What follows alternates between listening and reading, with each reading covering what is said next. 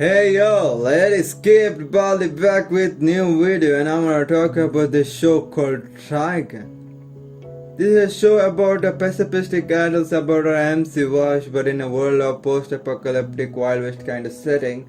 But we came to know that there is more about that world than that. But I'm not gonna spoil it. You got to watch it. I don't like spoiling. I don't wanna be a spoiler guy like Twitter or any other social media. Anyway, so it's like that, and there are only 7 cities in that world, which is itself is a mystery, but we came to know why it is like that. So this show starts like this.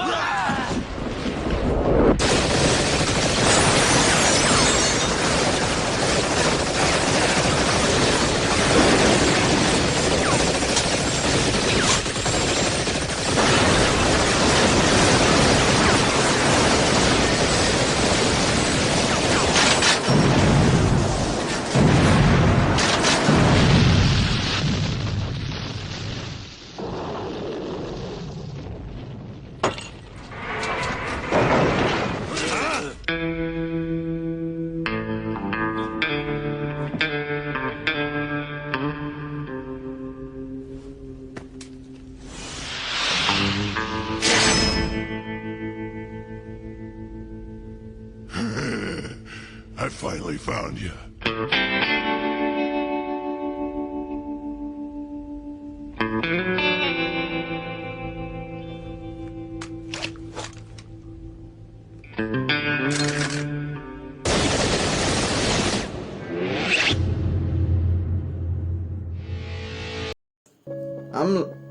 Dude, that was sick. That was hype. The first episode like this, and you can get the vibe of the show from that first episode that it's gonna be hype.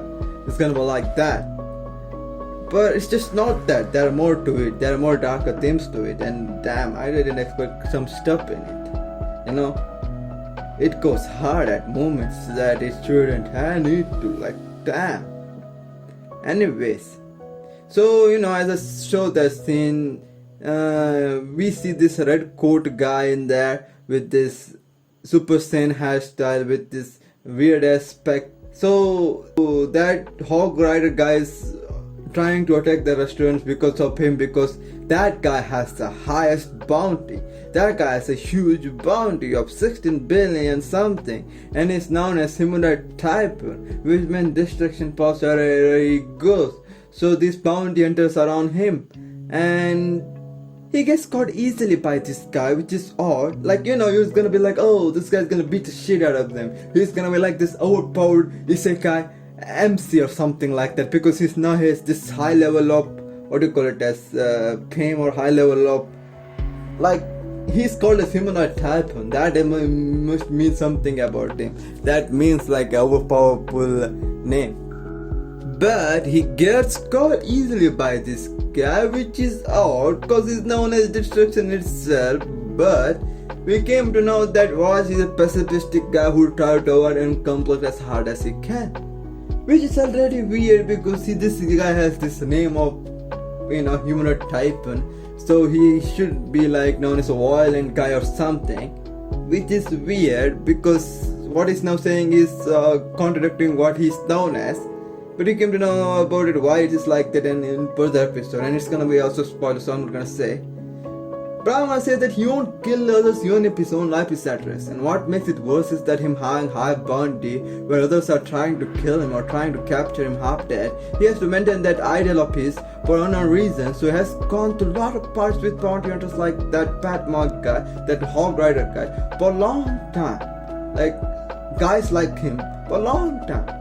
And he hasn't killed anybody, even if he gets himself hurt in that process. There's some grinding for that ideal. That is hard to go through that ideal.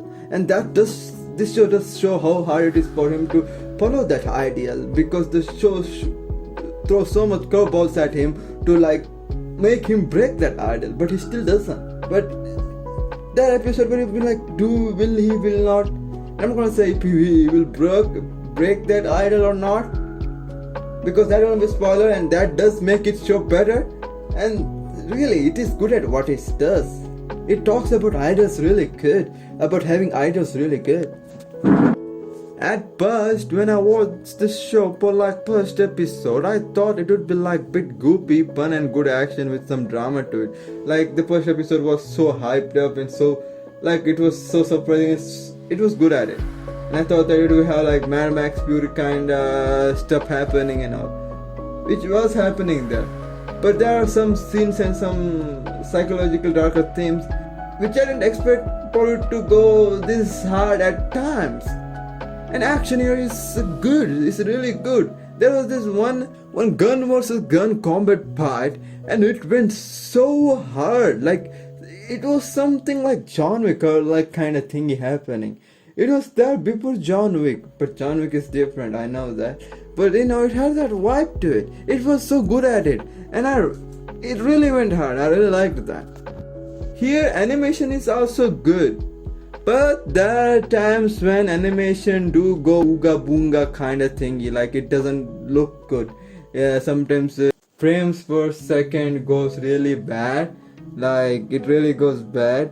That was episode 4, which really would match up to a lot of the bad animation we see now. A lot of bad animation, like it was not that good. But when the animation needs to be hard, when the animation needs to be good, it is good. Like when it is supposed to be like important, it does go good. And it's a 1995 show, it's a 1990s show. You can't expect it to be having a so high quality animation like this. But there are times where the animation really peaks and it is good. It is really good and it's fun to watch with its own style. But as I said, it does have some animation like that episode 4 one, like where I feel like it was like a little bit like a filler episode. But I feel like everything is a filler episode, but joining with canon, like with the main story. It is like one of those stories where this guy is on adventure and we came to know more and more about this guy with the other things which is not that important, but they are kind of important kind of thing. You might not understand. It's just I meant to say that they might feel some episode might feel like pillar, but they are also like do play a role to show the guy's character. Okay, but altogether, as I said, animation does go hard when it needs to go hard, and when it is like when there is a moment where it needs to go hard, animation goes hard. Like it is really good at it. Now let me talk about the characters. Here characters are good, the characters are awesome, the characters, like it's not just Wash that's an interesting character, there are other characters too that are like pretty awesome and pretty good at what they do. I mean, I'm not gonna tell every character. I'm just gonna say the character that get more screenplay or something like that, more time, and like they're like the main cast. So let me talk about Berlin Insurance Company girls. These characters, they are like how times they shine. There are times like not shine, but there are times where you know more about these characters, but you don't know too much about this character, so I can't say too much about them. But you can get what kind of character are, and they are not an annoying character. They are a fun character to watch, and when they are at the screen, you're not gonna be like annoyed. They are such characters. Let me talk about the first girl, Meryl Streep, I think, and she is a very interesting one. She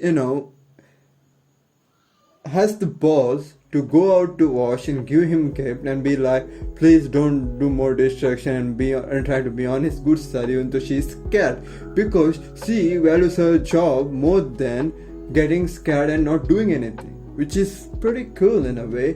But she knows the danger, but she will be willing to take a risk for a better future. I think that's what I saw from her. And she is like a regular person, apart from having the balls to do some things. Apart from that, she's a pretty regular person. She's like, she doesn't want her job to end, but she does. She's also like, nice character, I think. there is not much to talk about her, you know. You do see them and you do be like, talking, you know, like they're more like the characters that the Vash interact with, and you see it from their way. I mean, I think they could have made more like things about that, but you know, it was good. They are a good character. But I don't think they had more screen time and more thing about them. It would have been good in the character department. But it had 26 episodes, I guess, and they didn't have time to fulfill that all, I guess. Yeah, but you know, she was a good character. Now let me talk about Mary. I thought that Mary was like, I think Mary is an airhead. No, Mary is an airhead. She acts like an airhead, but at times she is more mature than a lot of people. Like, she acts more mature. She knows what's right. She genuinely goes out after that. Like, if she were doing, she's like them, like someone who's like, you know, you've seen cartoon, like, if you do a wrong, I will scold you. Like there was this one scene where this character was doing something bad, and she was like, "You're doing wrong. You shouldn't do that. You should respect your elders." That kind of thing. Yeah. And I mean, like, that was kind of cute. Like, she doesn't understand the situation, but she still goes in there. Even, I don't know if she understands or not, but it looks like she doesn't really give a shit about the situation. She only gives shit about the idols she has, I guess. But I thought that she was just an innocent character, but there was this one scene, I mean, it's not a bad scene, but this scene was like really surprising for me. Like, it was out of nowhere. But that made me realize that she knows more, I suppose. Like, she felt more older, but acted more younger, because that's how they make the character look like when older characters are there. They make them look like goofy or something. But you know, she is also a fun character. The fun thing about her is that she carries this big weapon, which I don't see her use that much or really like to kill.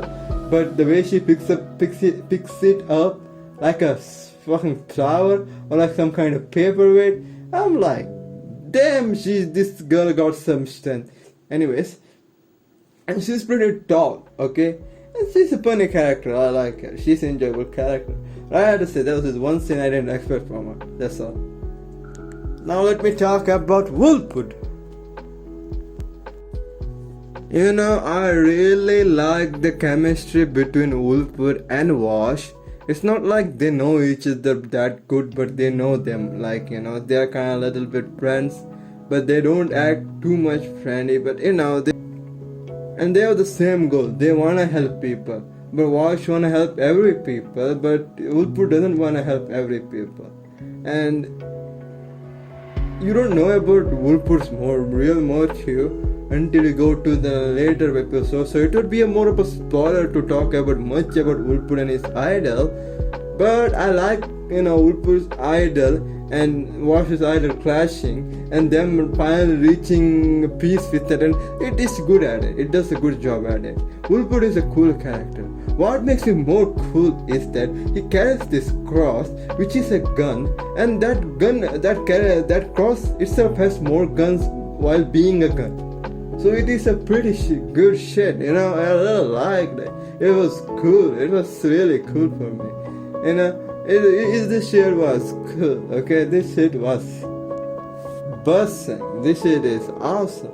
I really loved it. That weapon, you know. And I really like the Wash and Wolfwood's chemistry, you know.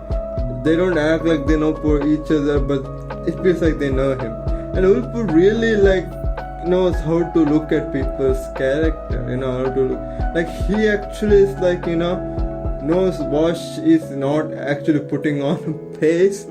But you know, I don't want to talk too much about it. But as I said, their chemistry is interesting. And that's it, you know. This show was good. It had all the things. It had action, it had mystery, it had, you know, camaraderie, I suppose. It had good girls. I mean, they could have, if they had more episodes and if they had done more about it. But I think that they went with the different aspect on their character. They were interesting, they were not annoying. I really liked them, okay? Anyways, and you know, characters were also interesting. The show has like good build up. Everything is good. The world itself is it's not too much to see, but it is like interesting world, I guess. And that's all. And that's all. So have a nice day, boys.